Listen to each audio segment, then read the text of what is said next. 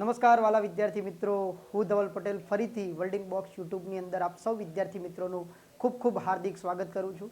તો વિદ્યાર્થી મિત્રો, આપણે ગયા સેશનની અંદર વાયરસ અને બેક્ટેરિયાના જે વિડીયો જોયા, એ વિડીયોની અંદર જે આપણો પ્રથમ વિડીયો હતો વાયરસનો, એ વાયરસના પ્રથમ વિડીયોની અંદરથી હમણાંની 24 તારીખના રોજ લેવાયેલી જે એક્ઝામ હતી ઓફિસ આસિસ્ટન્ટ બિન સચિવાલય ક્લાર્કની અંદર પ્રશ્ન પૂછાઈ ચૂક્યો છે કે પોલિયો માટેનો જે વાયરસ, કે કયા વાયરસ દ્વારા પોલિયો થાય છે.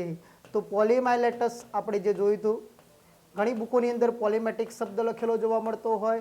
પોલીમાઇલેટસ જે વાયરસ દ્વારા મેં સમજાવ્યું હતું કે પોલિયો, જેને પણ વિડીયો ના જોયો ફરીથી વિડીયો જોઈ શકો છો.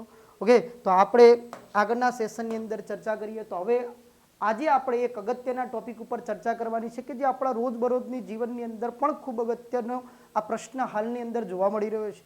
તથા 1/5/2022ના રોજ ગાંધીનગર ખાતે વર્લ્ડિંગ બોક્સ એકેડમી ગાંધીનગર ખાતે મુખ્ય સેવિકાની બેચની શરૂઆત થઈ રહી છે કે જેની અંદર મુખ્ય સેવિકાની લગતી કામગીરી તથા જનરલ સાયન્સની અંદર જે જનરલ અવેરનેસ જોવા મળતા તમામ વિગતોને આવરી લેવામાં આવશે. તો વધુ ઇન્ફોર્મેશન માટે તમે 7575061818 ઉપર કોલ કરીને વધુ ઇન્ફોર્મેશન મેળવી શકો છો. તથા 2 તારીખના રોજ છે શરૂ થતી જીપીએસસી લેટ્સ ક્રેક ધ જીપીએસસીની અંદર જોડાઈ શકો છો તમે. ઓકે, તો હવે આપણે ખૂબ અગત્યનો પ્રશ્ન, ચાહે જીપીએસસી એક્ઝામ હોય, ચાહે જનરલ એક્ઝામ હોય, કે ફિમેલ હેલ્થ વર્કર હોય, કે એમપીએચડબલ્યુ હોય, તો કોઈ પણ એક્ઝામની અંદર આ પ્રશ્ન ડેફિનેટલી જોવા મળે છે. જે શબ્દની આપણે ચર્ચા કરીએ પહેલી, તો આપણે એની વાત કરીએ તો વિટામિન, જે હાલની તારીખમાં લોકોની અંદર આ ડેફિશિયન્સી જોવા મળે છે, તો આને ભરપાઈ કરવાના પણ શું ઉપાય છે એ પણ આપણે ચર્ચા કરીએ છીએ. તો વિટામિન શું છે ભાઈ? તો સ્વાભાવિક વસ્તુ છે કે વિટામિન એ આપણા પોષક તત્વો છે. આપણા પોષક તત્વોની અંદર વિટામિન, પહેલાં આપણે એની સંધિનો વિગ્રહ કરીએ, એના પરથી આપણે સમજીએ કે વિટામિન એટલે શું. તો વિટામિન શબ્દ વિટા પ્લસ એમિન એમ બે શબ્દોનું જોડાણ કરીને આ શબ્દ બનાવ્યો હતો.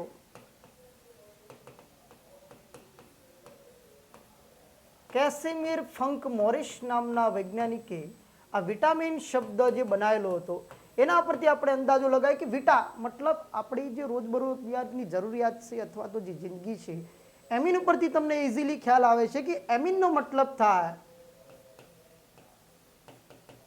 Amino acid. આ એમિનો એસિડ, જેમ કે હ્યુમન બોડી, આપણું સ્ટ્રક્ચર, પૃથ્વી ઉપર તમામ જીવનું કોઈ પણ સ્ટ્રક્ચર જેને આપણે બંધારણ કરીએ, બંધારણ એ પ્રોટીન વગર શક્ય નથી. તો મતલબ પ્રોટીનનું બંધારણ શું છે? તો પ્રોટીનનું બંધારણ છે એમિનો એસિડ છે. તો એનો મતલબ છે કે આપણા શરીરનો જે કોષ બન્યો છે, એ કોષ બનવા માટે પહેલો ખૂબ અગત્યનો ઘટક છે પ્રોટીન. તો આવા નવા કોષો બનાવવા માટે આપણે બીજો એક ઘટક ચરબી, પણ પ્રોટીન વગર એ કોષનું બંધારણ શક્ય છે નહીં. તો આપણા રોજબરોજની જરૂરિયાતની અંદર વિટામિનનો આપણો બહોળા પ્રમાણમાં આપણે ઉપયોગ છે. પણ હાલની તારીખમાં લોકોમાં જોવા મળતી જે ડેફિશિયન્સી છે, એ ડેફિશિયન્સી કઈ રીતના પૂરી કરવી એની પણ આપણે ખૂબ અગત્યની ચર્ચા કરીએ. કારણ કે માણસ આજે કમાવામાં વ્યસ્ત થઈ ગયો છે, મતલબ જિંદગી એ ફાસ્ટ છે, ફૂડ એ ફાસ્ટ ફૂડ. તો ફાસ્ટ ફૂડના લીધે ઘણા બધા વિટામિન્સ આપણને મળતા નથી. બીજા, આપણે લીલા ખોરાકનો ખૂબ ઓછા માત્રામાં આપણે ઉપયોગ કરતા થઈ ચૂકેલા છે. ઓકે, તો આવા બધાના લીધે આપણા શરીરની અંદર ડેફિશિયન્સી વધારે જોવા મળે છે. ખાણીપીણીના જે નિયમો છે એ માણસ સમયાંતરે વિસરતો ગયો છે, ભૂલતો ગયો છે, જેના લીધે આ સિચ્યુએશન જોવા મળી રહી છે કે માણસની અંદર હંમેશા વિટામિન્સની ડેફિશિયન્સી હોય. ખૂબ એક અગત્યનું વિટામિન છે ડી વિટામિન. કારણ કે આ ડી વિટામિન છે આપણા બોન મતલબ હાડકા માટે ખૂબ અગત્યનું છે, પણ લોકોની અંદર આની જ પહેલી ડેફિશિયન્સી જોવા મળે. એની પાછળનું કારણ છે કે સવારે સૂર્યપ્રકાશ પહેલાં વ્યક્તિ ઓફિસમાં હોય અને સૂર્યાસ્ત પછી વ્યક્તિ બહાર હોય. મતલબ જે સૂર્યનો તડકો સવારે અને સાંજનો મળવો જોઈએ એ જ વ્યક્તિને મળતો નથી, જેના લીધે એની અંદર વિટામિન ડી ડેફિશિયન્સી, હાડકા સંબંધિત બીમારીઓ સૌથી વધારે માણસની અંદર જોવા મળી રહી છે. તો આના અંતર્ગત આપણે એનું નિવારણ પણ સાથે સાથે ચર્ચા કરીશું. ચલો તો વિદ્યાર્થી મિત્રો, શરૂઆત કરીએ આપણે કે આ શબ્દ કેસિમિર ફંક મોરિસને સૌ પ્રથમ ખ્યાલ આવ્યો કે વિટામિન શું છે. તો મતલબ વિટામિનની શોધ કહીએ કે વિટામિન શબ્દની શોધ કહીએ, બંને માટે આપણે આખું નામ યાદ ભલે ના રહેતું હોય, શબ્દ ઉપરથી આપણે યાદ રાખવાના ફંક. ઓકે, તો શબ્દની શોધ કરી કે વિટામિનની શોધ ફંક. વિટામિન પહેલા શરૂઆતમાં એવું કહેવામાં આવતું કે A B C D E D okay, જે પણ વિટામિન છે તમામ વિટામિન આપણે ABCD માંથી EFGHI જે કે સુધીના વિટામિનની ચર્ચા કરવામાં આવતી, પણ એવું છે નહીં ભાઈ કે કે સુધીના વિટામિન નથી, કારણ કે ઘણા વિટામિન છે જેમ કે બી વિટામિન છે એ કોમ્પ્લેક્સ વિટામિન છે. કેવું વિટામિન છે વિદ્યાર્થી મિત્રો? કોમ્પ્લેક્સ. મતલબ કોમ્પ્લેક્સનો મતલબ આપણે સંકુલ કહીએ કે B1 થી માંડીને B12 સુધીના આવા વિટામિન્સ એની અંદર જોવા મળે છે. વિટામિનની બે ભાગની અંદર આપણે વહેંચીએ છીએ. તો પહેલા વિટામિનની ચર્ચા કરીએ આપણે પાણી દ્રાવ્ય વિટામિન, મતલબ જેને આપણે વોટર સોલ્યુબલ કહી શકીએ. પાણી દ્રાવ્ય વિટામિન કયા છે? તો બી અને સી વિટામિન જે પાણી દ્રાવ્ય છે. આની અંદરથી મુખ્ય સેવિકાની અંદર પ્રશ્ન પૂછાઈ ચૂક્યો ગઈ મુખ્ય સેવિકા કે કઠોળ રાંધી પાણી ફેંકી દેતા કયા વિટામિનનો નાશ થાય છે? તો સ્વાભાવિક વસ્તુ છે કે કઠોળ રાંધીએ અને પાણી ફેંકી દઈએ તો એની અંદર પાણી દ્રાવ્ય વિટામિન છે એ જ પાણીમાં દ્રાવ્ય થઈ શકે. બીજા જે વિટામિન છે એ લખી દઈએ પછી આપણે એની વાત કરીએ. બીજા વિટામિન છે ચરબી દ્રાવ્ય વિટામિન. ચરબી દ્રાવ્ય વિટામિન કયા છે? તો આ બાકીના આના સિવાયના વિટામિન છે A, D, E, K. આ વિટામિનને આપણે ચરબી દ્રાવ્ય વિટામિન તરીકે ઓળખીએ. તો આપણે હાલ વાત કરી કે પાણી દ્રાવ્ય વિટામિન કઠોળ રાંધીને પાણી ફેંકી દેતા કયા વિટામિનનો નાશ થાય? તો સ્વાભાવિક વસ્તુ છે પાણી દ્રાવ્ય બી અને સી. બી ફોર થાઇમિન અને સી ફોર એસ્કોર્બિક એસિડ. પણ સ્વાભાવિક વસ્તુ કઠોળ ખાટા હોતા નથી, એને મતલબ એની અંદર વિટામિન સી હોતા નથી. ઓકે, તો મતલબ કયા વિટામિનનો નાશ થાય? તો વિટામિન બી કોમ્પ્લેક્સનો પાણી ફેંકી દેતા નાશ થાય છે. અમે માણસની પ્રકૃતિ થોડી ઊંધી જ જોવા મળે છે.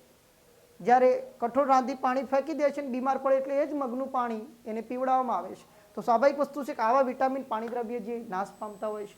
તો પાણી દ્રવ્ય વિટામિન બી અને સી ઉપરથી આ એક કોમન સેન્સના પ્રશ્નની અંદર આવા જોવા મળતા હોય કે છે બોર્ડ ઉપર લખેલું, પણ ઘણી વખત માણસ કન્ફ્યુઝનમાં પેદા થાય કે પાણી ફેંકી દેતા. તો સ્વાભાવિક વસ્તુ છે પાણી દ્રવ્ય વિટામિન છે.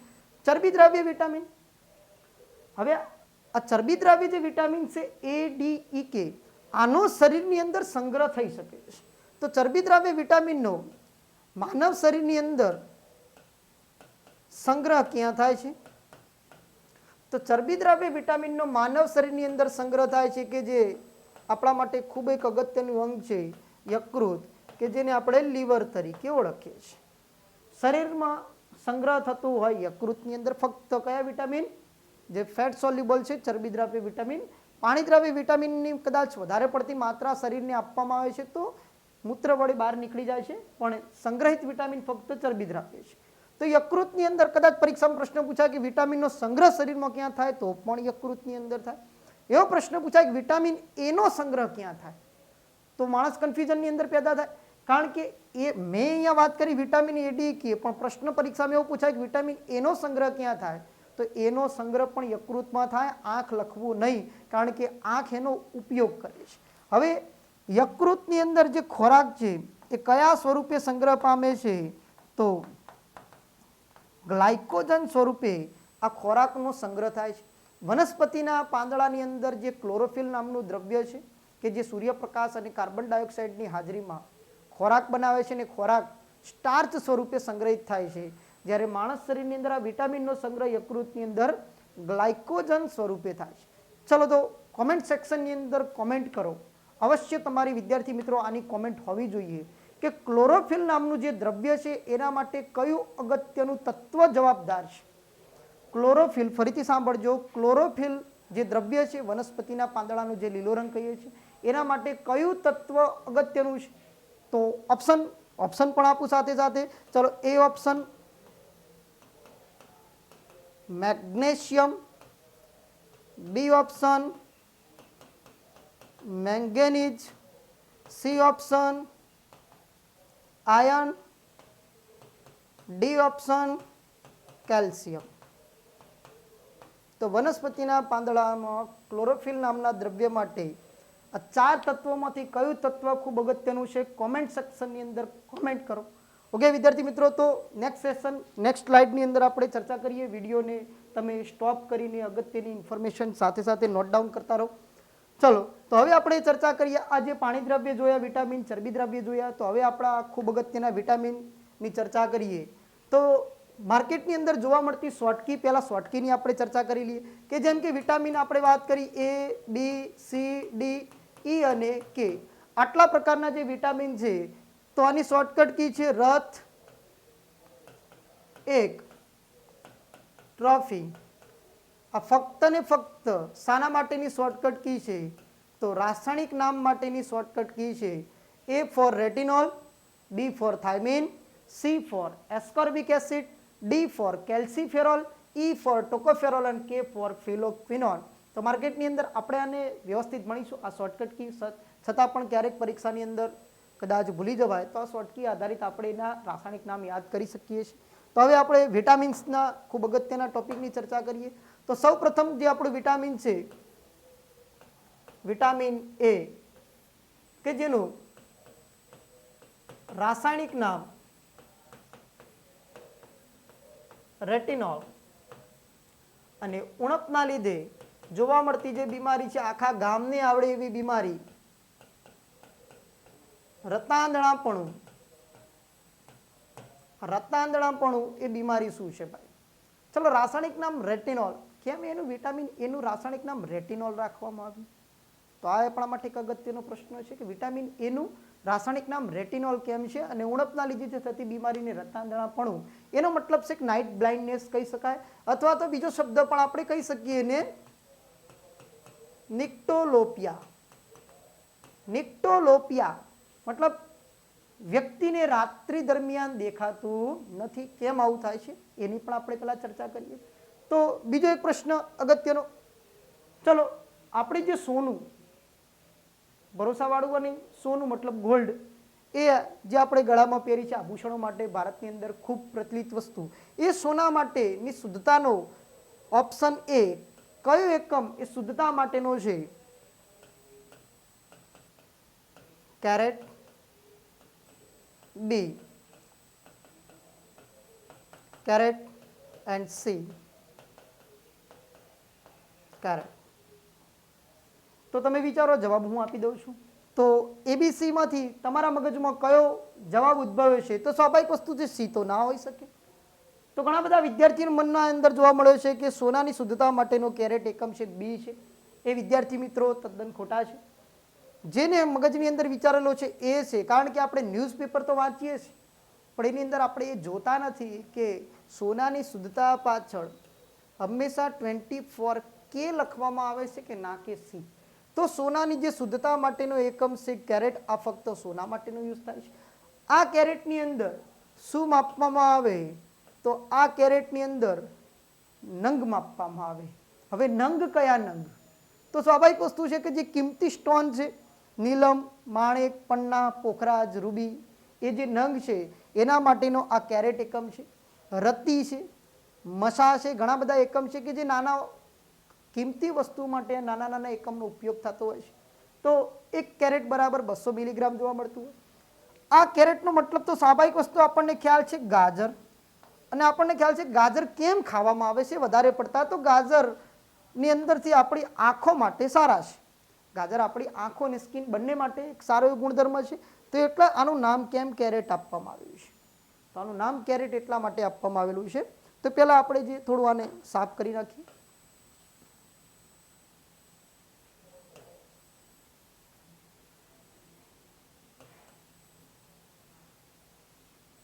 ચાલો, તો ગાજરને કેરેટ એટલા માટે જ નામ આપવામાં આવ્યું છે કારણ કે વિટામિન એની અંદરથી આપણને ખૂબ સારી એવી માત્રા મળી રહે છે, જે આપણી રેટિના માટે ખૂબ અગત્યની છે.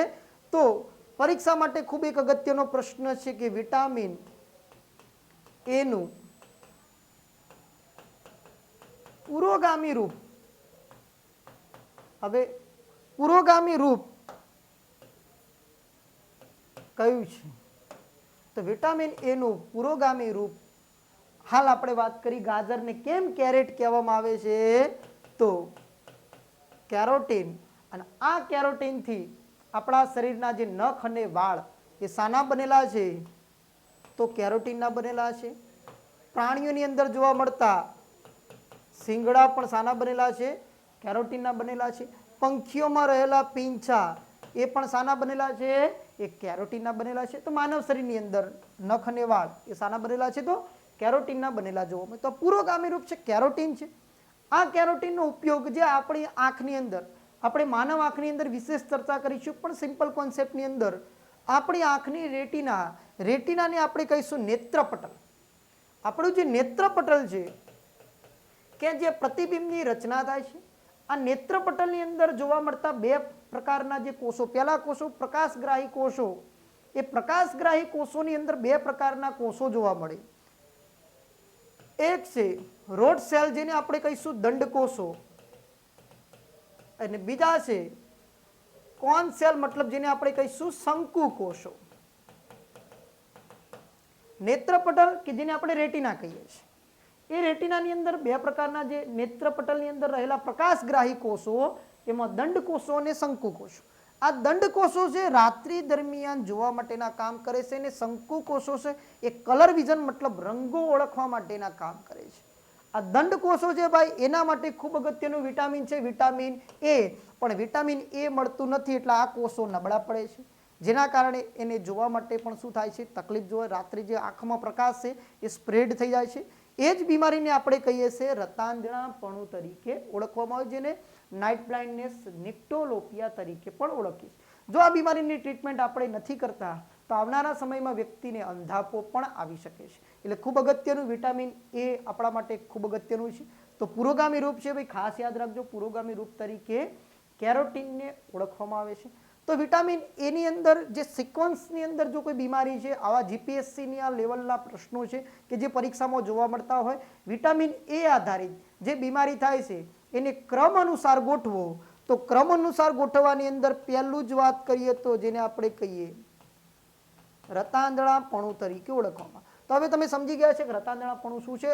આના કરતાં વિશેષ આંખ સંબંધિત જે ઘણી બધી બીમારી છે, ગ્લુકોમા શું છે, મોતિયો શું છે, ઓકે, આ બધા જ જે આપણે જોઈશું, લઘુ દ્રષ્ટિની ખામી, ગુરુ દ્રષ્ટિની ખામી. તો આવનારા સમયમાં આવા સારા સારા વિડીયો, તો અવશ્ય મિત્રો આ ચેનલને સબસ્ક્રાઈબ કરો, વિડીયો પસંદ આવે તો લાઈક કરો અને શેર તો અવશ્ય કરો.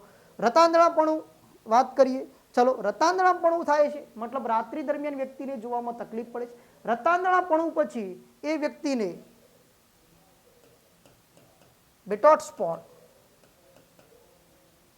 કોઈ જગ્યાએ બિટોટર સ્પોટ લખેલું, બિટોટર સ્પોટ નથી, શબ્દશક બિટોટ સ્પોટ તરીકે જે ઓળખવામાં આવે. હવે રાત્રિ દરમિયાન તો દેખાનું ઓછું, હવે એને સ્પોટ મતલબ ટપકા જેવું દેખાવા માંડે છે વાતાવરણની અંદર. એના પછી ત્રીજા નંબરની જે બીમારી છે ઝેરોપ્થાલ્મિયા. હવે આની અંદર ઝેર પ્લસ ઓપ્થાલ પ્લસ મિયા. હવે સમજાઈએ ભાઈ, આંખ અભ્યાસને કયા નામે ઓળખવામાં આવે? તો આંખનો અભ્યાસ, આંખના અભ્યાસને કહેવાય ઓપ્થાલ્મોલોજી, મતલબ આંખનો અભ્યાસ. આંખ અભ્યાસને કયા નામે ઓળખવામાં આવે? ઓપ્થાલ્મોલોજી. પાછળ જો યા શબ્દ આવતો હોય તો એનો મતલબ જો યા અક્ષર પાછળ જોવા મળે તો વ્યક્તિને રુધિર સંબંધિત પણ બીમારી જોવા મળતી હોય છે. રુધિર સંબંધિત બીમારી જે. હવે બીજી વસ્તુ કે કોઈ અક્ષરની પાછળ, ઓનલી ફોર બાયોલોજીકલ આ જે શબ્દો છે એની જ વાત કરું છું, તો કોઈ અક્ષરની પાછળ ન હોય તો હંમેશા એ ન વાળા શબ્દો એ પ્રોટીન બેઝ હોય છે.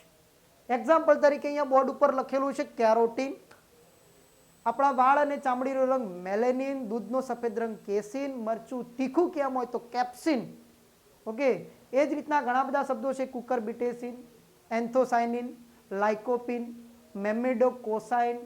આગળ આપણે આની અંદર વિટામિન બી કોમ્પ્લેક્સની અંદર ભણીશું બાયોટીન, થાયમીન.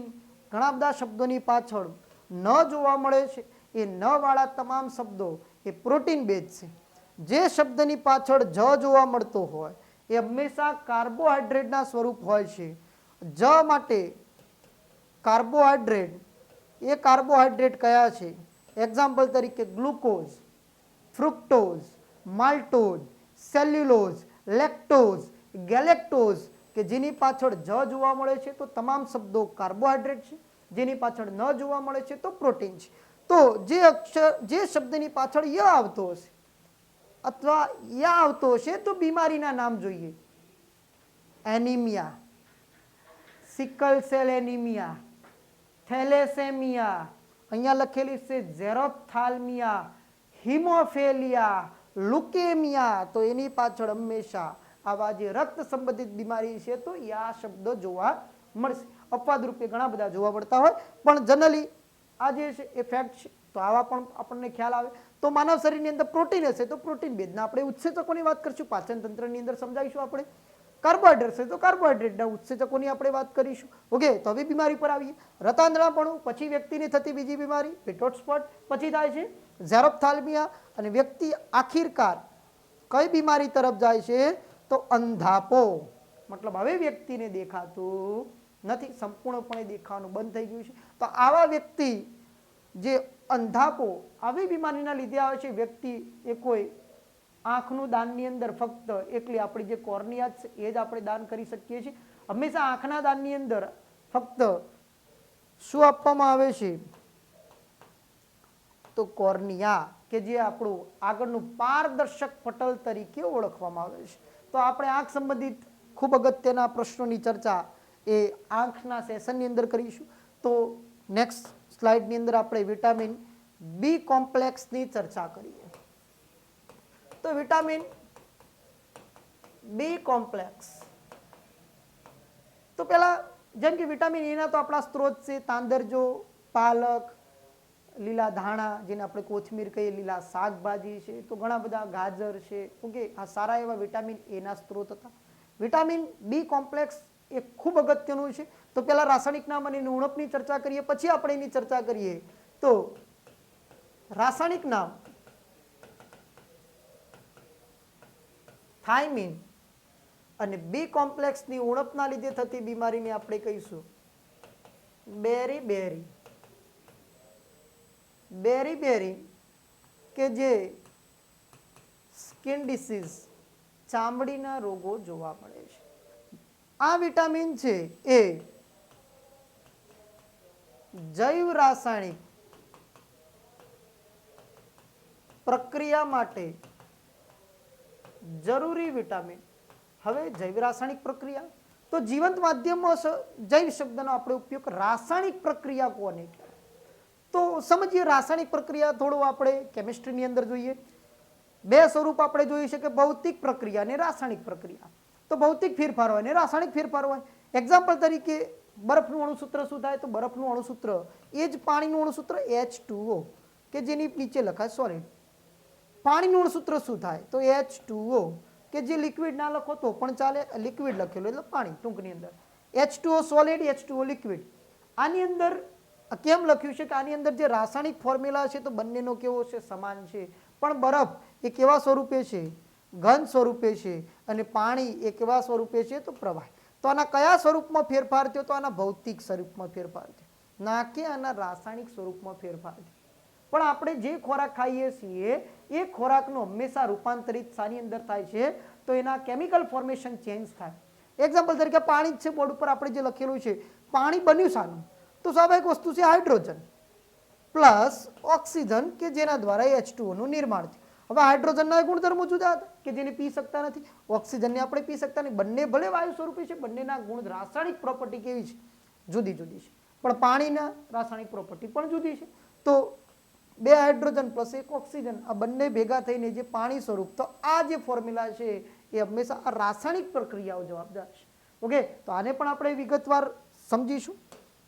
તો જૈવ રાસાયણિક પ્રક્રિયા માટે આપણા શરીરમાં થતી તમામ પ્રક્રિયાઓ છે, મેટાબોલિઝમ સિસ્ટમ હોય કે આપણા કોષમાં થતી તમામ જે ચયાપચયની આપણી જે પ્રક્રિયાઓ કહીએ છીએ એ હંમેશા જૈવ રાસાયણિક પ્રક્રિયા 24/7 અવર ચાલુ ને ચાલુ જ જોવા મળે છે. તો 24/7 માટે આપણા શરીર માટે ખૂબ અગત્યનું વિટામિન છે બી કોમ્પ્લેક્સ, જેના લીધે વ્યક્તિને ઘણી વખત થાકનો અનુભવ થતો હોય, શરીર ફિક્કું દેખાતું હોય, તો આ વિટામિન બી કોમ્પ્લેક્સની અંદર જોવા મળતું હોય છે. તો વિટામિન બી કોમ્પ્લેક્સના સારા એવા પ્રાપ્ય સ્ત્રોત કયા છે કે જેના કારણે સારી માત્રામાં આપણને વિટામિન બી કોમ્પ્લેક્સ પ્રાપ્ત થાય, તો એવા સારા એવા પ્રાપ્ય સ્ત્રોત છે. તો દરેકની અંદર લીલા શાકભાજી ને દૂધ એક કોમન છે વિટામિન સી સિવાય. ઓકે, તો બીજી વસ્તુ એના સિવાય આપણે ઘણા લોકો જે ઈંડા છે,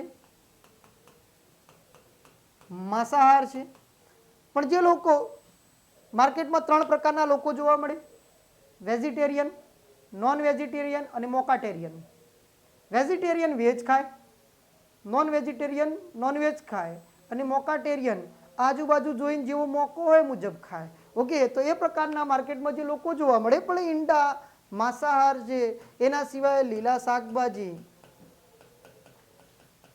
ખૂબ અગત્યનો ભારતીયની અંદર, એમાંય ગુજરાતી લોકો માટે ખૂબ અગત્યનો ખોરાક છે એ છે આથાવાળા ખાદ્ય પદાર્થો. તો ખૂબ પરીક્ષા માટે એક અગત્યનો પ્રશ્ન છે કે આથાવાળા ખાદ્ય પદાર્થો દ્વારા માનવ શરીરને કયું વિટામિન સારી માત્રામાં પ્રાપ્ત થાય છે? તો વિટામિન બી કોમ્પ્લેક્સ એ સારી માત્રાની અંદર પ્રાપ્ત થાય છે. ઓકે, એના સિવાય વાત કરીએ તો આથાવાળા ખાદ્ય પદાર્થની અંદર આપણે ફૂગનો પણ સમાવેશ કરી શકીએ કે જેને આપણે શું કહીએ છીએ? મશરૂમ. તો મશરૂમ દ્વારા પણ સારી માત્રામાં વિટામિન બી કોમ્પ્લેક્સ પ્રાપ્ત થાય છે. ફણગાવેલ કઠોળ, તો ફણગાવેલ કઠોળ દ્વારા પણ સારી માત્રામાં વિટામિન બી કોમ્પ્લેક્સ પ્રાપ્ત થાય છે.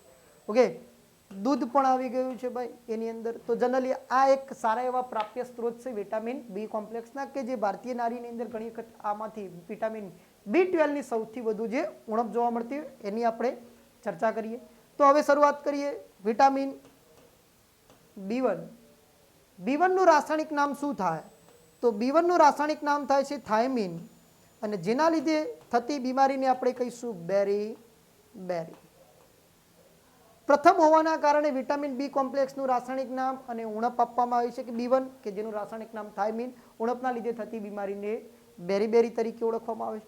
ઘણા બધા એવા વિટામિન છે B1 થી માંડીને B12 સુધીના, પણ ઘણા બધા વિટામિન જે પરીક્ષામાં ક્યારેય જોવા નથી મળતા, એની આપણે ચર્ચા નહીં કરીએ.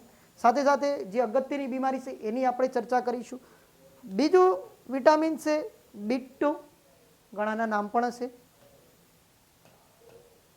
જેને આપણે કહીએ રિબોફ્લેવિન. આ રિબોફ્લેવિન વિટામિનને આપણે યલો વિટામિન તરીકે ઓળખીએ છીએ. તો ખાસ ધ્યાન રાખજો, પીળું વિટામિન તરીકે કોને ઓળખવામાં આવે છે? તો રિબોફ્લેવિન.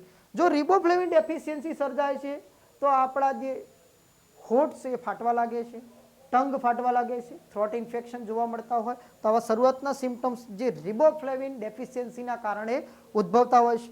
તો નેક્સ્ટ સ્લાઇડમાં બીજા વિટામિનની ચર્ચા કરીએ. તો ચર્ચા કરીએ B3.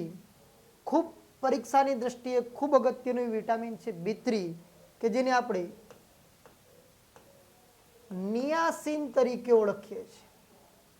આ B3 વિટામિનની જો ડેફિશિયન્સી સર્જાય છે તો વ્યક્તિને થતી બીમારીને પેલાગ્રા નામની જે બીમારી છે, પેલાગ્રા એ શરૂઆતમાં ચામડીની બીમારી છે જેને આપણે ડર્મેટિસ તરીકે ઓળખીએ. બીજું, વ્યક્તિને ઝાડા ઉલટી થઈ જાય એટલે ડાયોરિયા, એનો D તરીકે ઓળખીએ.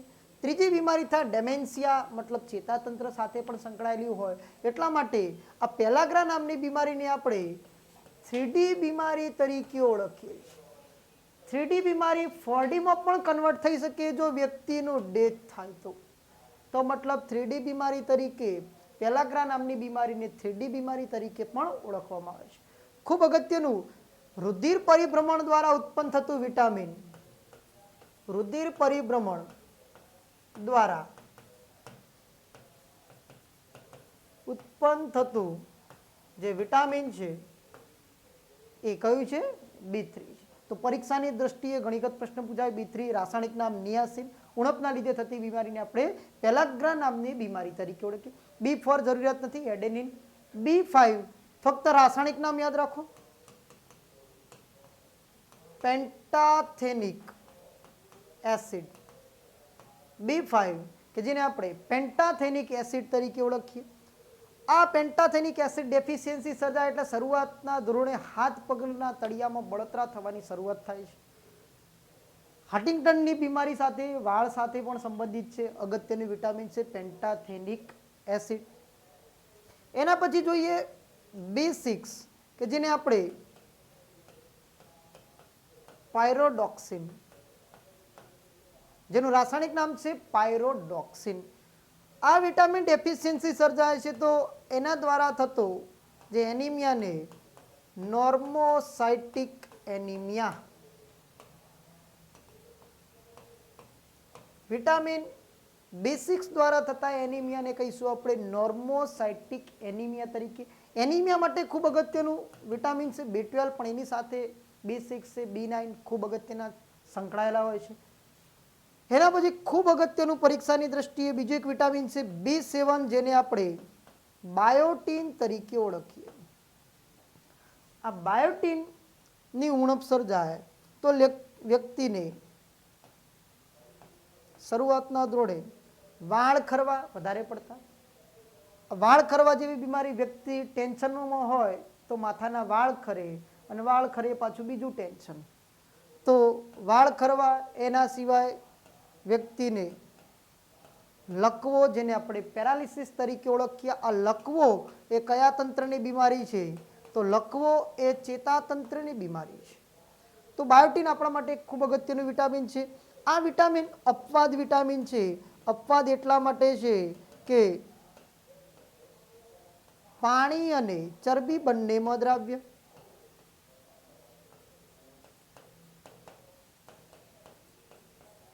એકમાત્ર વિટામિન પાણી અને ચરબી બંનેમાં દ્રાવ્ય છે B7, જેના કારણે આ વિટામિનને વિટામિન H તરીકે ઓળખવામાં આવે છે. તો B7 ને વિટામિન H તરીકે ઓળખવામાં આવે છે. આપણે આગળ ચર્ચા કરી B2, જેને આપણે રિબોફ્લેવિન કહેતા. તો ખાસ એક બીજી નોટ ડાઉન કરી લેજો કે B2 વિટામિનને વિટામિન G તરીકે ઓળખવામાં આવે છે. કયા વિટામિનને વિટામિન G તરીકે? તો B2 ને. અને વિટામિન B7 ને વિટામિન H તરીકે ઓળખવામાં આવે છે. તો નોટ ડાઉન કરતા જાઓ સાથે સાથે.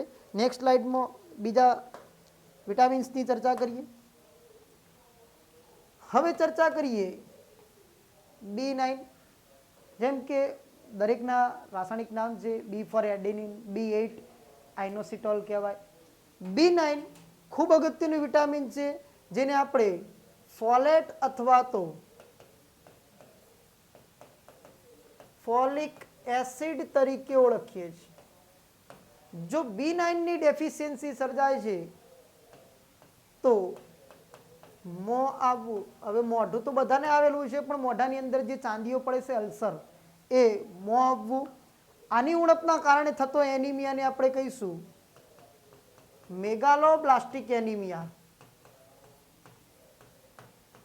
વિટામિન B9 ની ઉણપના લીધે થતા એનિમિયાને મેગાલોબ્લાસ્ટિક એનિમિયા તરીકે ઓળખવામાં આવે છે. B9 એક ખૂબ અગત્યનું તત્વ, મતલબ જે પ્રેગ્નન્ટ લેડી હોય એને,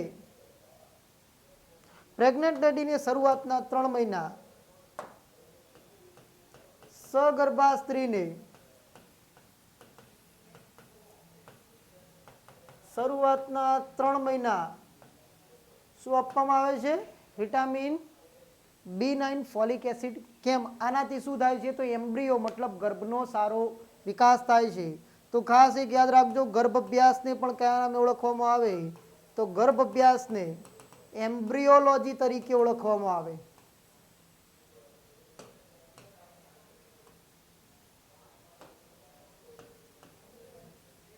એમ્બ્રિયોલોજી મતલબ ગર્ભનો અભ્યાસ તરીકે ઓળખવામાં આવે છે. તો શરૂઆતના 3 મહિના એને ફોલિક એસિડ આપવામાં આવે છે. તો ખૂબ અગત્યનું વિટામિન છે B9. એની સાથે સાથે સૌથી વધારે ડેફિશિયન્સી ભારતની અંદર જોવા મળતી B12. B12 સૌથી વધુ માંસાહારમાંથી મળી રહે છે, એટલે ડેફિશિયન્સી જોવા મળે છે ખોરાકની અંદરથી. B12 જેનું રાસાયણિક નામ છે સાયનોકોબાલાએમિન. સાયનોકોબાલાએમિન. આ B12 ના કારણે વ્યક્તિને થતી જે ઉણપની વાત કરીએ તો એનિમિયા.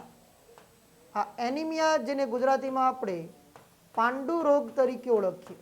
અને મેં તમને આગળ ચર્ચા કરી કે જેની પાછળ યા જોવા મળતો હોય એ હંમેશા એ કોના સંબંધિત બીમારી હોય? તો રક્તકણ સંબંધિત બીમારી હોય. કે જેની પાછળ યા જોવા મળતો હોય રક્તકણ સંબંધિત બીમારી. સાયનોકોબાલાએમિન ખાસ યાદ રાખજો. આ B12 નું સૌથી વધુ પ્રમાણ શાની અંદર જોવા મળે? તો B12 નું સૌથી વધુ પ્રમાણ વરસાદના પાણીની અંદર હોય.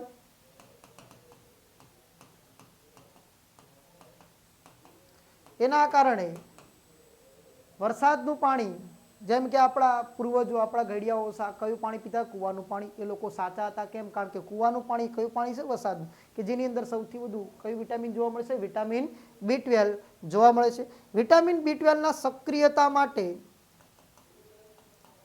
એક ધાતુ તત્વ જવાબદાર છે, કે જે ફક્ત વિટામિન B12 માં ધાતુ તત્વ જોવા મળે છે. એ ધાતુનું નામ છે કોબાલ્ટ.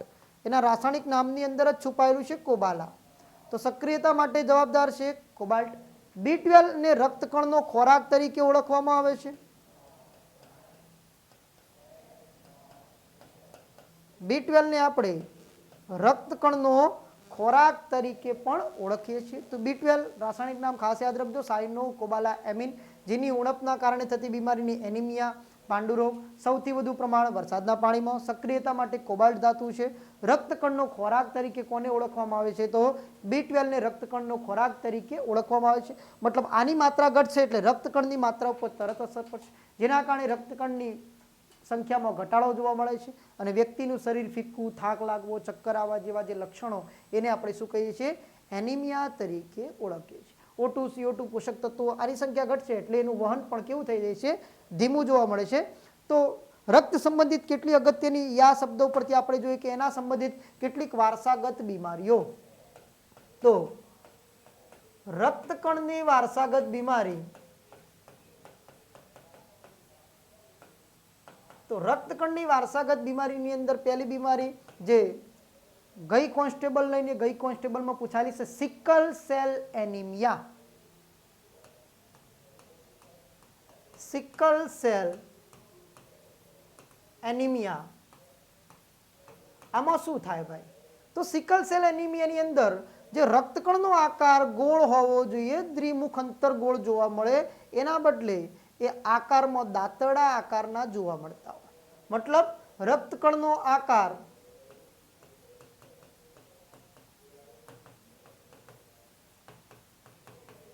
ગોળને બદલે દાંતરડા આકારના હોય છે.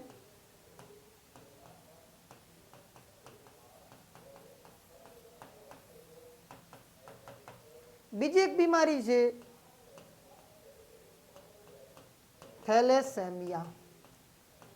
થેલેસેમિયામાં શું થાય ભાઈ? તો થેલેસેમિયાની અંદર રક્તકણોનું નિર્માણ થવાનું બંધ થઈ જાય છે. તો હવે થેલેસેમિયા અને સિકલ સેલ એનિમિયા વચ્ચેનો તફાવત પણ સમજીએ.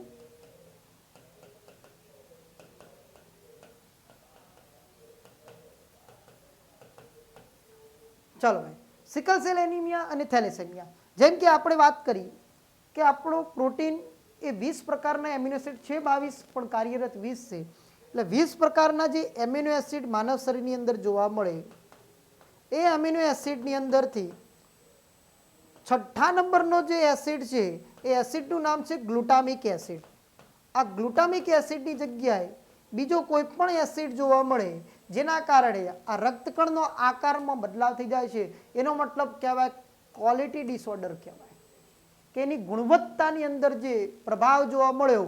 એટલા માટે સિકલ સેલ એનિમિયાને આપણે કેવો ડિસઓર્ડર તરીકે ઓળખીએ? તો ગુણવત્તાવાળી બીમારી પણ કહી શકીએ. તો આની ગુણવત્તામાં ખામી જોવા મળી. જ્યારે થેલેસેમિયામાં શું થાય છે? તો થેલેસેમિયા બે પ્રકારના હોય, આલ્ફા થેલેસેમિયા અને બીટા થેલેસેમિયા. પણ આપણે વ્યવહારિક દ્રષ્ટિએ થેલેસેમિયાના બે પ્રકાર કયા જોવા મળે? તો થેલેસેમિયા માઇનોર અને થેલેસેમિયા મેજર. થેલેસેમિયા માઇનોર કોઈ પણ વ્યક્તિને હોઈ શકે છે. થેલેસેમિયા માઇનોરના સિમ્પટમ્સ શરીર ઉપર દેખાતા નથી, પણ કોઈ વ્યક્તિ થેલેસેમિયા મેજર હોય એનો મતલબ છે કે એના શરીરમાં રક્તકણોનું નિર્માણ થતું નથી. હવે આની અંદર થેલેસેમિયા છે શું? તો જેમ કે મેં કીધું 6થા નંબરનું એસિડ બદલાય છે કોની અંદર? સિકલ સેલ એનિમિયામાં. પણ માની લો કે 20 એમિનો એસિડ હોવા જોઈએ, એની જગ્યાએ ફક્ત 6 જ એમિનો એસિડ હોય, તો મતલબ આને કહેવાય ક્વોન્ટિટી ડિસઓર્ડર. મતલબ થેલેસેમિયાની અંદર સાનું પ્રમાણ ઓછું થઈ જાય છે, તો જથ્થો ઓછો જોવા મળે, ત્યારે જ રક્તકણ જે બનવો જોઈએ બની શકતો નથી, કારણ કે એની માત્રામાં જેટલા એસિડ હોવા જોઈએ એટલા એસિડ મળતા નથી, જેના કારણે ઉદ્ભવતી બીમારીને થેલેસેમિયા જે દરિયાકાંઠાના લોકોમાં વધારે જોવા મળે છે. ભારતમાં પ્રતિવર્ષ 10,000 છોકરાઓ કે જે થેલેસેમિયાનો શિકાર જોવા મળતો હોય. થેલેસેમિયા માઇનોર અને મેજર, માઇનોરના સિમ્પટમ્સ જોવા નથી મળતા, પણ માઇનોરના કારણે, જેમ કે આપણા એક અભિનેતા છે અમિતાભ બચ્ચન, એમને પણ થેલેસેમિયા માઇનોર છે. કોઈ વ્યક્તિ થેલેસેમિયા માઇનોર પુરુષ છે, તો થેલેસેમિયા માઇનોર વાળો વ્યક્તિ થેલેસેમિયા માઇનોર સાથે જો મેરેજ કરે છે તો એનું બાળક કાં તો 25% અંદર થેલેસેમિયા મેજર હોઈ શકે, કાં તો 25% અંદર એને થેલેસેમિયા માઇનોર પણ ના હોય કે મેજર પણ ના હોય. જ્યારે 50% અંદર એ બાળક થેલેસેમિયા માઇનોર હોઈ શકે. તો માઇનોર હશે તો કોઈ ઇસ્યુ જોવા નથી મળતો, પણ આ માઇનોર એ કડીને સાથે સંકળાયેલી છે કે આવનારા સમયની અંદર કોઈ પણ સાથે મેરેજ કરશે તો એનું બાળક થેલેસેમિયા મેજર હોઈ શકે, અને મેજર હશે તો એ બાળકની અંદર રક્તકણ કે શ્વેતકણ નિર્માણ પામતા નથી. મતલબ એને બહારથી રક્ત ચડાવવું પડે અથવા તો બોન મેરો ટ્રાન્સપ્લાન્ટ કરાવવું પડે. તો આની ચર્ચા પણ આપણે ક્યારેક ખૂબ અગત્યના જે સેશનની અંદર જોઈશું, ક્યારેક સિકલ સેલ એનિમિયા થેલેસેમિયાને આપણે સેપરેટલી સમજાવીશું. ત્રીજા નંબરની જે બીમારી છે હિમોફેલિયા. આ હિમોફેલિયા નામની બીમારી હમણાંની ઓફિસ આસિસ્ટન્ટની એક્ઝામની અંદર પૂછાઈ ચૂકેલો છે કે જે બ્રિટનના એલિઝાબેથ રાણીની અંદર સૌપ્રથમ જોવા મળી હતી. એટલા કારણે જ આ હિમોફેલિયાની બીમારીને રોયલ ડિસીઝ મતલબ શાહી રોગ તરીકે ઓળખવામાં આવે. તો હિમોફેલિયામાં થાય શું? કોઈ ઘા વાગે છે તો રક્તને ગઠ્ઠો બનાવવા દેતા નથી. એ બીમારીને આપણે કહીશું હિમોફિલિયા નામની બીમારી. તો વિદ્યાર્થી મિત્રો, આ રક્તકણ સાથે સંકળાયેલી વારસાગત બીમારીની ચર્ચા કરી. નેક્સ્ટ સ્લાઇડની અંદર આપણે અગત્યના વિટામિનની ચર્ચા કરીએ. તો વિટામિન સી જે આપણા માટે કોરોનાની અંદર ખૂબ એક અગત્યનું કારગત રસ્તો સાબિત થયો, વિટામિન સી. તો ચલો કોમેન્ટ સેક્શનમાં એ પણ કોમેન્ટ કરો કે જ્યારે કોરોના સમયની અંદર આપણે વિટામિન્સની જે ટેબ્લેટ લેતા હતા એ વિટામિન્સની ટેબ્લેટની અંદર આવું કંઈક જોવા મળતું હતું, વિટામિન સી પ્લસ ઝીંક. તો વિટામિન સી તો બરોબર છે કે રોગ પ્રતિકારક ઇમ્યુનિટી માટે, આ ઝીંક કેમ લેવામાં આવતું હતું? તો આ ઝીંક એ કોઈ અગત્યનું કારગત છે ગ્રંથિ માટે. તો વિટામિન સી પ્લસ આ ઝીંક કઈ ગ્રંથિ સાથે સંકળાયેલું છે? તો કોમેન્ટ સેક્શનમાં એ ગ્રંથિનું નામ કોમેન્ટ કરો. ઓકે, તો હવે આપણે વિટામિન સી ની ચર્ચા કરીએ. તો વિટામિન સી કે જેનું રાસાયણિક નામ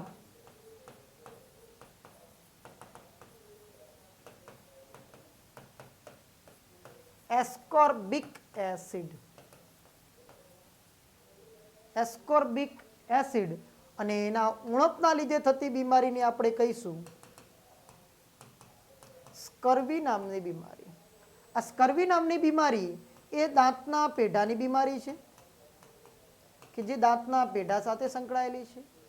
એસ્કોર્બિક એસિડનું અણુસૂત્ર C6H8O6 જોવા મળે છે. હવે ખાસ એક બીજી અગત્યની વાત કે જ્યારે પણ આપણે લોકો વિટામિન્સ ડેફિશિયન્સી સર્જાય છે એટલે માર્કેટની અંદરથી આપણે એક રસ્તો જોવા મળશે મલ્ટીવિટામિન ટેબ્લેટ. તો વિદ્યાર્થી મિત્રો, મલ્ટીવિટામિન ટેબ્લેટનો ઉપયોગ કરવો જોઈએ કે ના કરવો જોઈએ? તો સિમ્પલ કોન્સેપ્ટની અંદર જ્યારે પણ આપણે વિટામિન્સ ટેસ્ટ કરાવીએ છીએ, લિપિડ પ્રોફાઇલ ટેસ્ટ કરાવીએ, જેના કારણે આપણને ખ્યાલ આવે કે આપણા શરીરની અંદર કયા વિટામિન્સની ડેફિશિયન્સી છે, એના આધારિત ફક્ત આપણે એક કોર્સ 2 થી 2.5 મહિના સુધી એ મલ્ટીવિટામિનનો ઉપયોગ કરવો જોઈએ. પછી આપણે આ જે સોર્સિસ છે હંમેશા આપણા ખોરાકમાંથી પ્રાપ્ત થવા જોઈએ, કારણ કે ભગવાને આંતરડા પેટમાં શોખના બેસી રહેવા માટે આપેલા નથી. એની વિઘટનની પ્રક્રિયાઓ માટે ખૂબ અગત્યનું કારગર છે. તો મતલબ છે કે ફક્ત આપણે મલ્ટીવિટામિન ટેબ્લેટનો ઉપયોગ એ ડેફિશિયન્સીના સમયે થોડા સમય પૂરતો જ ઉપયોગ કરવો જોઈએ, એની લત લાગવી જોઈએ નહીં, કારણ કે આંતરડામાંથી વિઘટન પ્રક્રિયાઓ થાય છે. એ પાચન તંત્રમાં આપણે ચર્ચા કરીશું. ઉણપ, વિટામિન સીના લીધે જે થતી ઉણપને સ્કર્વી જે દાંતના પેઢાની છે, દાંતના પેઢા જે ખવાઈ જાય છે, આ સ્કર્વી નામની બીમારીને આપણે નાવિકોની બીમારી તરીકે પણ ઓળખીએ છીએ. હવે નાવિકોની બીમારી કેમ કહેવામાં આવે છે? તો આપણને ખ્યાલ છે Cape of Good Hope Vasco da Gama પોતાના ખલાસીઓ સાથે જ્યારે દરિયો ખેડવા નીકળ્યો હતો ભારતની શોધ કરવા માટે, ત્યારે એ પાછો જ્યારે બ્રિટનની અંદર ફર્યો ત્યારે કારણ કે દરિયાની અંદરથી ખાટા ફળો તો મળી રહેતા નથી, જેના કારણે એ દરેક નાવિકની અંદર એક બીમારી જોવા મળી હતી ને બીમારી હતી સ્કર્વી. તો સૌ પ્રથમ વિટામિન્સ ડેફિશિયન્સી દ્વારા કોઈ વિટામિનની શોધ થઈ હોય તો સ્કર્વી નામની જે બીમારી છે જેને આપણે નાવિકોની બીમારી તરીકે પણ ઓળખીએ છીએ. તો વિટામિન સી એ આપણા માટે રોજબરોજ 100 સૌથી વધુ જરૂરી વિટામિન કયું છે? તો રોજબરોજ સૌથી વધુ જરૂરી વિટામિન સી છે, પણ એ જ આપણને સૌથી ઓછું મળે છે, જેના કારણે આપણે લોકો ઘણા બધા રોગોના શિકાર થઈએ છીએ, જેના કારણે સૌથી વધારે માણસ આજકાલ એલોપેથી ઉપર વધારે વળી ગયો છે. એલોપેથી એ શું છે ભાઈ? તો આપણે જે ઉપયોગ કરીએ છીએ અત્યારે ટેબ્લેટ, એ ટેબ્લેટ જે ઉપયોગ કરીએ છીએ એલોપેથી છે. આયુર્વેદ આપણા માટે ખૂબ અગત્યનો રસ્તો છે. કેમ ભાઈ? તો Ayurveda is equal to prevent and allopathy is equal to cure. Okay, મતલબ છે કે ભાઈ આયુર્વેદ શું કરે છે કે ત્યાંથી અટકાવતું નથી, એ જળમૂળમાંથી નાશ કરે છે. ઓકે, જ્યારે આ એલોપેથી એ શું કરે છે? તો ફક્ત એ રોગોનો ઉપચાર કરે છે. ફરીથી શરદી થશે તો ડેફિનેટલી થશે, એ શરદીને જળમૂળમાંથી નાશ કરતું નથી. તો આપણા માટે ખૂબ અગત્યનું આયુર્વેદ છે, જે ભારતની સંસ્કૃતિમાંથી જ ઉદ્ભવેલું છે ભાઈ. તો રોજબરોજ આપણે આ વિટામિન સૌથી વધારે ઉપયોગ કરવો જોઈએ, પણ સૌથી ઓછા વિટામિનના ઉપયોગના કારણે વ્યક્તિઓમાં આજકાલ બીમારી સૌથી વધુ જોવા મળી રહી છે. હવામાં સૌપ્રથમ કયા વિટામિનનો નાશ થાય? નાશ પામનાર વિટામિન પૂછાય તો પણ કયું વિટામિન છે? વિટામિન સી વિટામિન, જે હવામાં સૌપ્રથમ નાશ પામે છે. માણસ શરીરની જે રોગ પ્રતિકારક ક્ષમતામાં વધારો,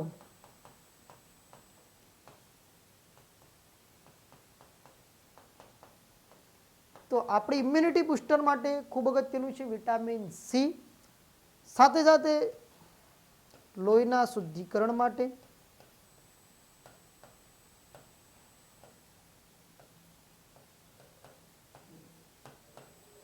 બ્લડ પ્યોરિફિકેશન માટે વિટામિન સી ખૂબ એક અગત્યનો રસ્તો છે.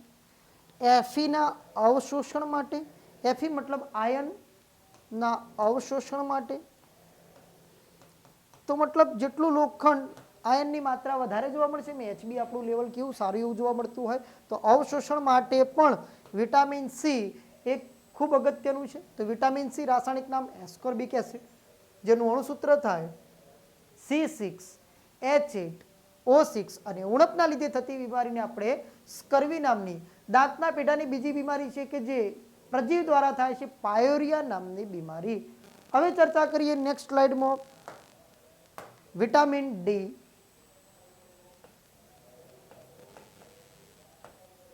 વિટામિન ડી કે જેનું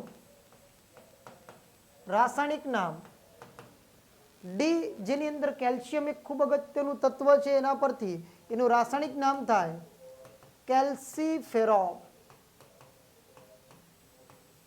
કેલ્સીફેરોલ જો ઉણપ સર્જાય તો ઉણપના લીધે નાના બાળકોની અંદર જે બીમારી થાય છે એને આપણે કહીએ સુક્તાન. આ સુક્તાન નામની બીમારી કે જેને આપણે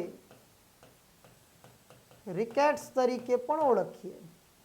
આની અંદર હાડકા જે છે ભાઈ, હાડકા સીધા હોવા જોઈએ પગના, પણ એ બહારની તરફ કાં તો અંદરની તરફ જે વળી જતા હોય એ બીમારીને સુક્તાન તરીકે, પુખ્ત વયની અંદર જોવા મળતી બીમારી એને આપણે કહીએ ઓસ્ટિયોમેલેસિયા. ઓસ્ટિયોમેલેસિયા નામની જે બીમારી છે એ વિટામિન ડીની ઉણપના લીધે જોવા મળે છે. તો આ ઓસ્ટિયો શબ્દ ઉપરથી હાડકાના અભ્યાસને કયા નામે ઓળખવામાં આવે? તો હાડકાનો અભ્યાસ, જેને આપણે ઓસ્ટિયોલોજી તરીકે ઓળખીએ. તો હાડકાના અભ્યાસને ઓસ્ટિયોલોજી તરીકે ઓળખવામાં, ઓર્થોપેડિક તો જાણો છો, પણ એક નવો શબ્દ યાદ રાખજો, ઓસ્ટિયોલોજી. વિટામિન ડી નો મુખ્ય સ્ત્રોત, તો વિટામિન ડી નો મુખ્ય સ્ત્રોત આપણને આગળ ચર્ચા કરી સેશન શરૂઆત કરતા પહેલા જ સૂર્યપ્રકાશ છે ભાઈ.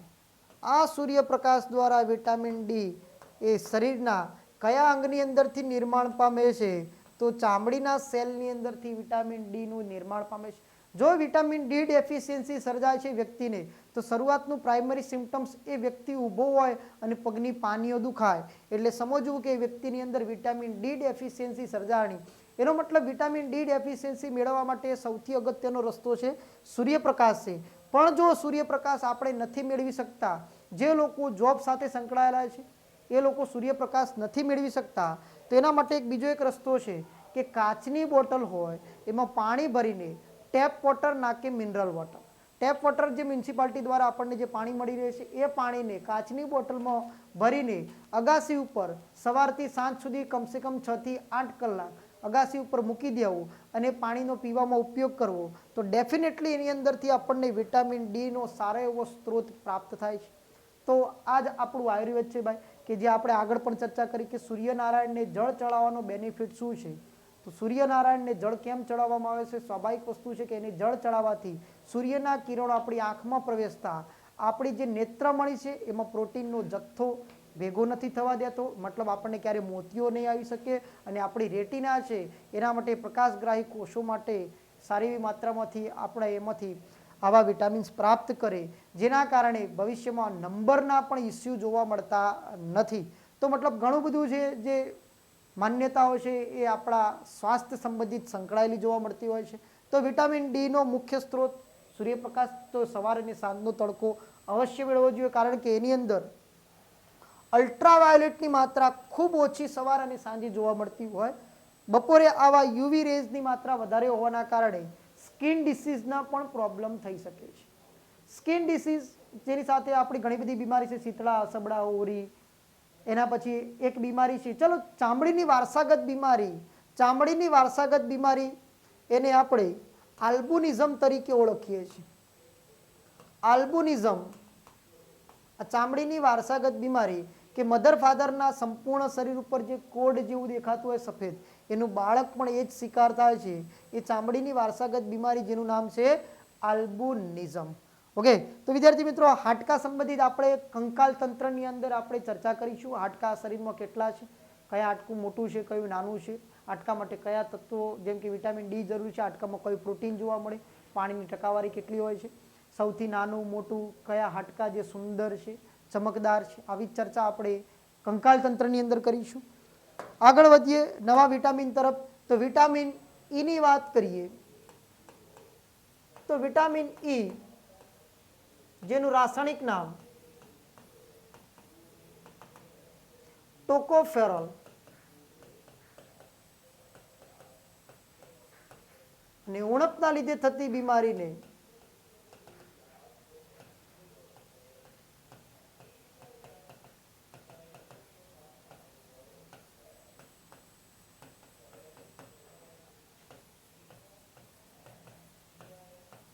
મતલબ પ્રજનન કોષો, મતલબ અંડકોષ અને શુક્રકોષ, તો પુરુષોની અંદર આના લીધે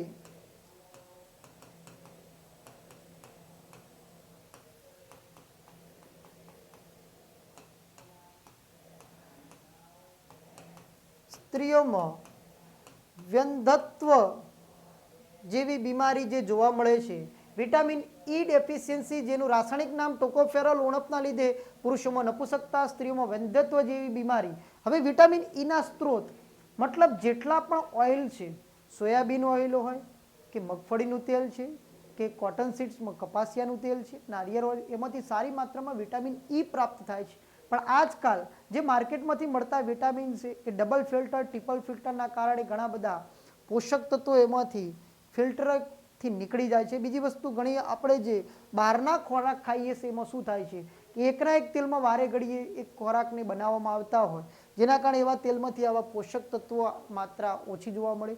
બીજું, હાલના સમયમાં ચાલી રહેલી આ ભયંકર બીમારી છે માણસને જે અંદરથી મારી નાખે એવી બીમારી સ્ટ્રેસ નામની, જેના કારણે માણસ ડિપ્રેશનની અંદર જતો રહે છે. તો સ્ટ્રેસના કારણે આવા હોર્મોનલ ચેન્જીસ ડેફિનેટલી જોવા મળે છે. ઓકે, તો એના લીધે આવા ભવિષ્યની અંદર આવી બીમારીઓ જોવા મળતી હોય છે, જેના કારણે આજકાલ આ ટેકનોલોજી પ્રચલિત છે જેનું નામ છે IVF technology. IVF in vitro ફલન અથવા ફર્ટિલાઇઝ તરીકે પણ ઓળખવામાં આવે. ઇન વિટ્રો ફલન જેના દ્વારા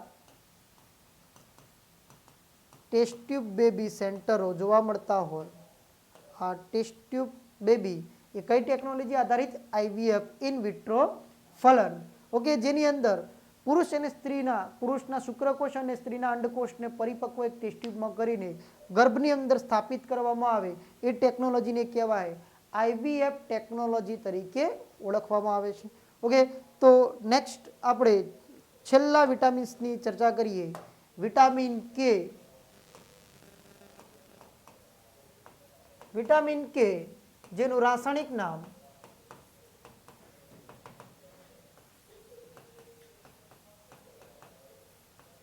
ફિલોક્વિનોન. વિટામિન કે રાસાયણિક નામ ફિલોક્વિનોન અને ઉણપના લીધે થતી બીમારી મતલબ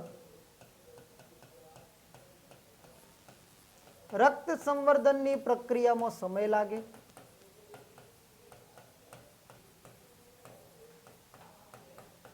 ટૂંકની અંદર બીજી ભાષામાં કહું તો બાહ્ય ગાવ વખતે રુધિર જામવાની પ્રક્રિયામાં સમય લાગે છે. મતલબ કોઈ ઘા વાગ્યો હોય તો જે રુધિર જામવું જોઈએ એ રુધિર જામી શકતું નથી, કારણ કે આની અસર સીધી પ્લેટલેટ્સ કાઉન્ટ ઉપર મતલબ આપણા ત્રાક કણો ઉપર થાય છે. જો વધારે પડતું પ્લેટલેટ્સ કાઉન્ટ ઘટી જાય તો આપણા યકૃત ક્ષતિગ્રસ્ત થઈ શકે છે, તો યકૃતને નુકસાન પહોંચી શકે છે. તો ઘણી વખત ખાસ એક ધ્યાન રાખજો કે યકૃતની સારવારની અંદર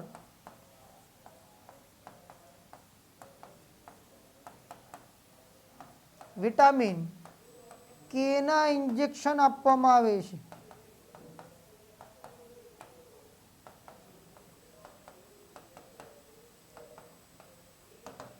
યકૃતની સારવારની અંદર કયા વિટામિનના ઇન્જેક્શન આપવામાં આવે છે?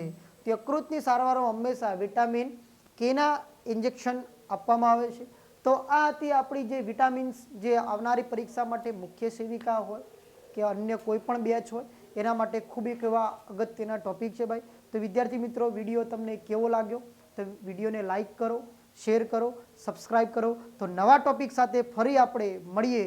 ત્યાં સુધી જય હિન્દ, જય ભારત.